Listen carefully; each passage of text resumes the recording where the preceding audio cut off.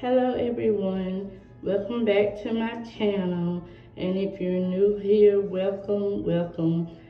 This story is going to take place in Alabama. It's going to be kind of a little different from what I usually do, because usually I have pictures of the victim and the perpetrator. However, this situation is going to be different, and I'm just going to have pictures of the perpetrator, and you'll find out later on in the video why. So without further ado, we'll go ahead and get started. We're going to be talking about a story that took place in Alabama. Police responded to a home in the 3800 block of Darrieta Place, I believe that's how you pronounce it, on February the 16th, shortly after 4 p.m. Johnny Lee Gray III, had got into an verbal argument with his 44-year-old wife that eventually turned physical.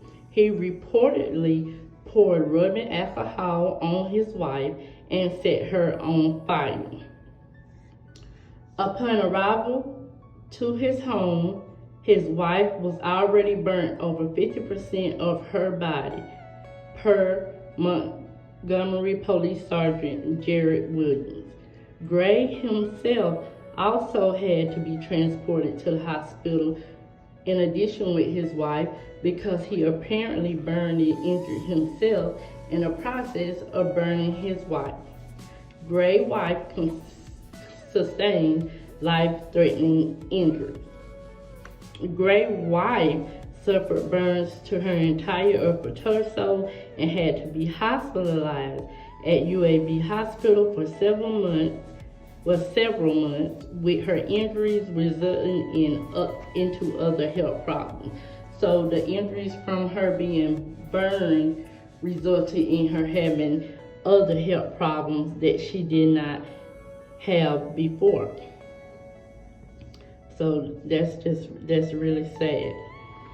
Upon being released from the hospital, Johnny Lee Gray III, which I am calling him Gray sometimes, was arrested and held at the Montgomery County Detention Facility, facing charges including attempted deletion, and held on a $60,000 bond, in which he later posted.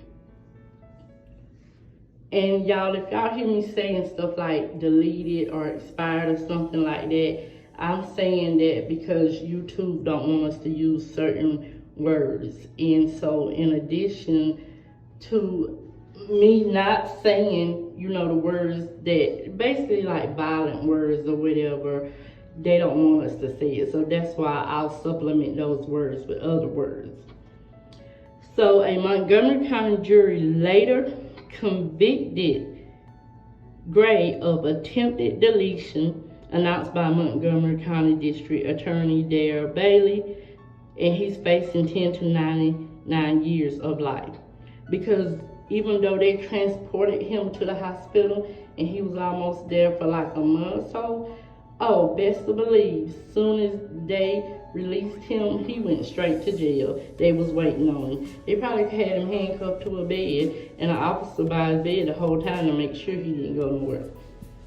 In court, Gray's wife said he threatened to burn her alive. It was stated the wife said that she tried to move one bottle of alcohol, but Gray grabbed another bottle of alcohol and he doused her with that alcohol, and then he lit a lighter, setting the wife on fire. Y'all, this is absolutely devastating. This story was absolutely horrendous. And I looked around and researched, and I could not find a name to go with his wife or a picture. And then I thought about the reason why I couldn't find it. Most likely is because the victim is still here with us, thank God, and she's not 6 feet under. And she's probably at a domestic safe house, a safe house for domestic violence witness.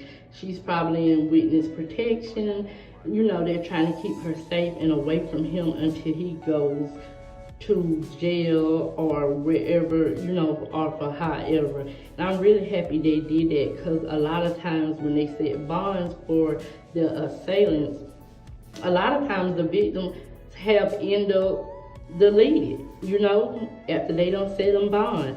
But I'm also shocked that he even got a bond, because what the else? I don't even think he deserved a bond.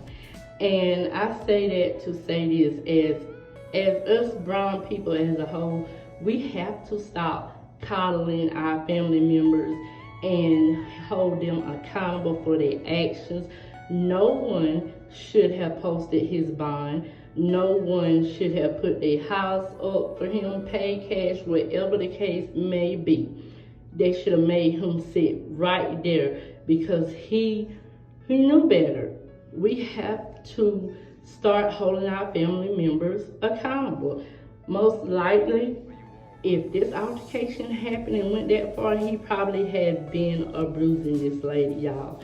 It's just absolutely devastating. She has a rough road ahead of her, and I'm just so glad that she survived this incident. I just wanted to put this story out there for y'all to let y'all know it is absolutely crazy out there. You have to be careful. They are ruthless out here in these streets. If a person tell you they're gonna do something in these days of time, take them at their word. But I know back in the day, long time ago, people would tell you stuff, and you know, tell us stuff, and we just laugh like, oh, they ain't gonna do nothing. Honey, these days and time, they doing it. If they tell you something, believe them. One time, they get one strike. This ain't baseball. They don't get 3 strikes. They get 1 strike.